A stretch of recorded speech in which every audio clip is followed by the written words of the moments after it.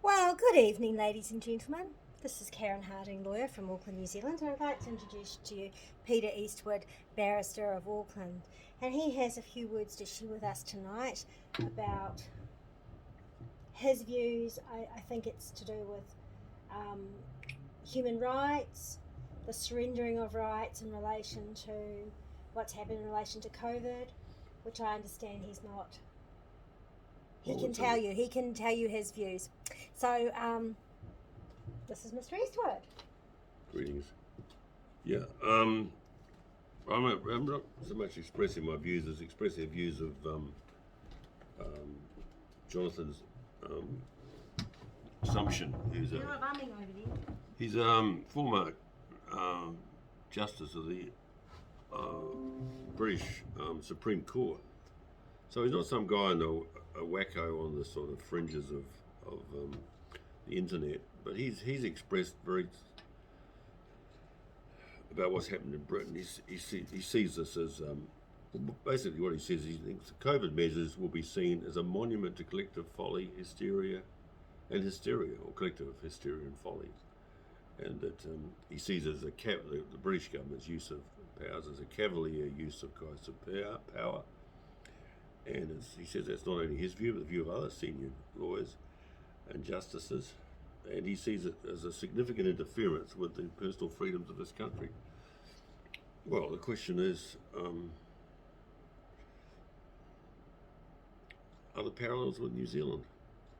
What we have, of course, is we have an epidemic, and we have a Prime Minister who is... Pandemic, international.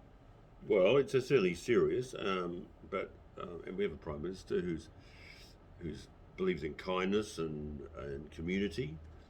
We've been invited, basically asked to participate in stopping this pandemic, and it makes a compelling case. But the other side of the story, you could say that you might argue that we've surrendered our personal freedoms to an extent that Sumption says is unprecedented. We have the Bill of Rights, freedom of expression, freedom of association. I mean, if you step out of the Auckland District Court, out the back there, you're suddenly confronted with a lot of people, middle-class people, often in white sneakers and stretched leggings, and they're walking around with a mask on, with military officers. It's almost because it's a nice managed isolation facility at the Crown Hotel.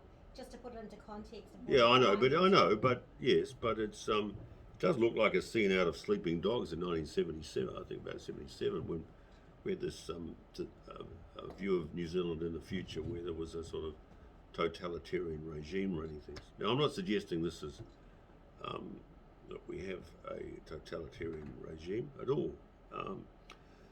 We have a very responsible government, but nevertheless, the facts remain. Is Sumption right? I mean, can we see parallels? Are we losing those hard-won freedoms of association, Section 17, freedom of speech, Section 14, freedom of movement? Those have been surrendered, whether we like it or not. The government's done that without necessary recourse to the courts or recourse to Parliament. Anyway, that's a matter for New Zealanders, but when we look back on this episode in 50 years' time, will it be seen as a really intelligent move, or will it be seen the way Jonathan Sumption sees it, this former High Court Supreme Court judge, who says he believes it will be a monument to collective hysteria and folly? That's just what he's referring to, the UK. Will we be seen that we've really overreacted? And he says we should have been focusing on things like cancer, which have a much higher death rate than COVID. Anyway, it's a matter for you to consider. What if it wasn't the COVID, which some people have tried to dumb down as being like flu-like symptoms, for which the authorities are saying it's more than flu-like symptoms. But what if it was smallpox or something like that that's really quite vicious, for which there wasn't a vaccine? And you remember how, or the Black Plague, say the Black Plague came back again. You know how that wiped out most of Europe at the time.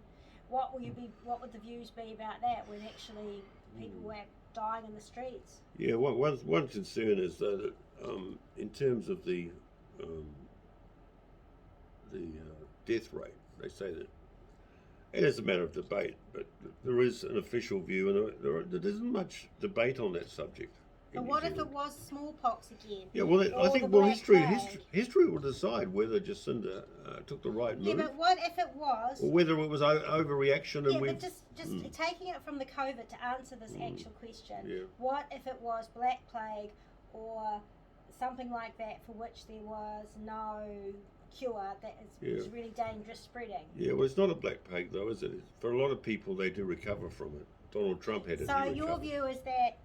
I'm not sure I have a firm view. So but are you thinking that because it's this and people can recover from it, it's not that bad? Therefore, we didn't need to worry.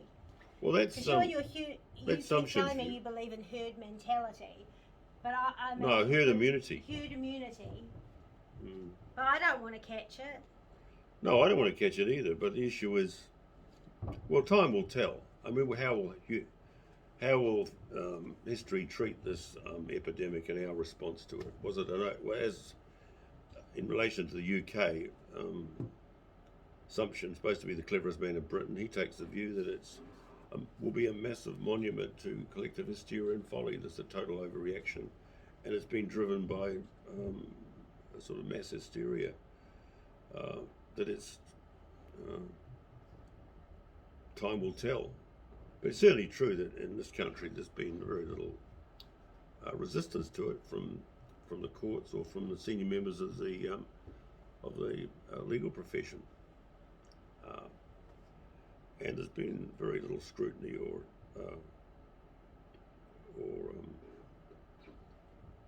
resistance to it from Parliament. Tend to more or less been given a free rein to do whatever the government wants. I'm not saying it's I'm not saying it's an overreaction, but time will tell. That's my view, and I agree. A situation where people can die, and this government's position is we're taking responsible measures so that it doesn't get spread in this country, and we have the consequences of a lot of people dying from it. So history will tell, won't it?